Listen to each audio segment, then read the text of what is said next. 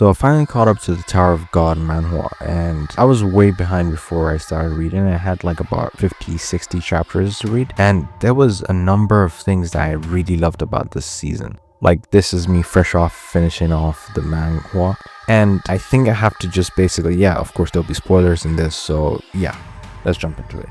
The thing about the ending really, I absolutely loved it. I didn't see it going that way. Like, the fight with Gustang and Trumeire, I wasn't sure how it was gonna go. Like, a part of me was like, I know Gustang is not gonna die here, and then his head flew off. I was like, what is going on here? But there was ups and downs in that fight. Like, Urek joining the fight, they were going all out. Like, these are top tiers. We've never seen top tiers like fight. Yeah, we've seen was that guy called Callahan and those kind of guys, but we've never seen family leaders fight. And it was basically everything that you would imagine it to be. It was so good. There was so many cards to be pulled off the sleeve. From Gustang having like the judge's power or whatnot, to like the amount of creatures that Trumeire had. It was so good. I loved it. The ending of the fight also, like, where after all that was settled and basically V snaked him, that plot point, I know the flashback is gonna be heartbreaking. It's gonna be something, there's gonna be betrayal. It's Tower of Betrayals for a reason. Like, it's gonna be insane. But after he basically snaked Trumeire and he was out, a part of me was like, is Trumeire gonna die from this? I hope he doesn't die from it. And I saw the comments saying the same thing, but then Gustang saved him. And then they went on to play this chess match. The chess match, I don't know, like, it hit me more than I think it should have hit me. I don't know whether it hit the other readers the same way, but like, it was the small things. Like, for him saying, like, or rather Gustang saying to Trumeire that, how have you been? Is something very small, but it means so much, especially to someone like Trumeire. Like, his character being the body or epitome of loneliness in the tower. He was alone. He didn't have friends. He didn't have anybody. They basically each went their own way. And like, him asking something so simple but something so deep really resonated with me. Like, there was a point of also him, like, they were just talking about like catching up, and it was the small stuff, him talking about his family, his kids, and how like, even though he's had a number of people, a number of children around him, he never felt among, he just felt alone. Another also point, I keep on saying another point, but like another point that like Trumeire told Gustang that like, we always made this bet, and then Gustang said, we've spent more time apart than we've spent together.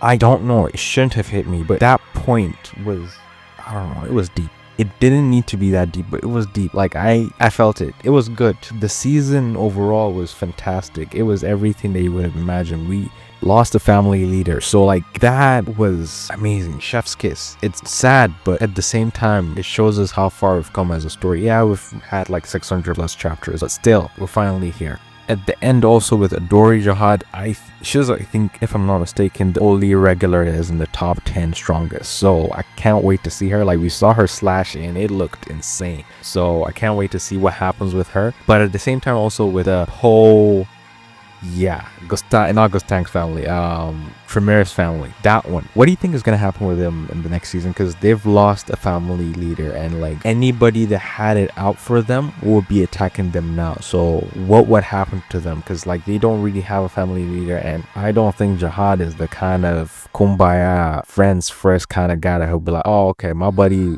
he was my buddy, so I'm gonna be rocking with his family too. I don't think Jihad is gonna be doing that. So they're in trouble. They are in big trouble. Mazino is also very involved in this season. Like, he was involved in a number of fights that we saw him actually go in. So I think next season we're gonna see a lot more Mazino. Maybe we will even start seeing Jihad at this point. Yeah, there's so much to talk about in this season. I know there's a bunch of points that I'm skipping over, and for the most part, this has just been like a conversation about Trumeire. Trumeire's death and demise. Initially, I didn't like him. I truly didn't like him, but he grew on me. There's something about it, like, especially his relationship with Amizu and Enkidu. I butchered that name, but forgive me. Let's keep on going. That relationship's like, the amount of, yeah, the guy's been around for a while, but like, the amount of entanglements he has had, and how he wasn't truly his own self. Like, he was led to where he was led to unbeknownst to him. Like, even taking the story from Amizu, Enkidu, and him. Enkidu, basically, he opened up to Enkidu to tell him, oh, this is my own secret.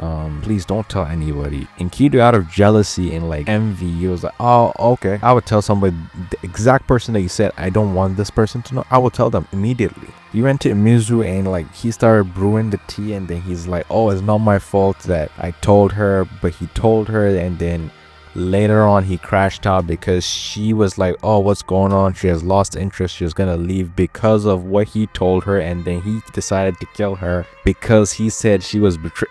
This dude was 7 shades of fucked. And also, from Trumeire's point of view, he didn't know all of this backstory that was happening. So like, you can only feel for him, and that was the only person that was kind of there for him. That was the only person that in his household that was kind of his equal. Because Imizu, even though she's not a family leader, she was there with them during the time before they became a family leader. So like, at the very least, they could relate, they could talk. And when his emotions returned, we found out that when you become family leader, essentially all your emotions get suspended. So I could definitely understand how his relationship with Imizu got basically broken, because once he became a family leader, all of his previous emotions, sorrow, happiness, joy, love, all of them got shunned, or at the very least they got muted. So once she was like, he is different, when we saw her saying that, we didn't know what she truly meant. But after seeing this entire interaction of Trumeire and him coming back and all the emotions coming into his soul, it made sense. Because yes, he was Trumeire, but he was not Trumeire while he was a family leader. All of that was interesting and convoluted, but Sui did a fantastic job. I don't know if that's how you pronounce the author's name, but he did a fantastic job in putting all those points clear for everybody to see. It was good. But yeah, can't wait for the next season, because this one was fantastic. It was emotional. It was everything that you wanted to see from Tower of God. Fantastic season. But yeah, if you've seen this season or you're a fan of Tower of God, let us know down below in the comments. Don't forget to like, comment, share, subscribe.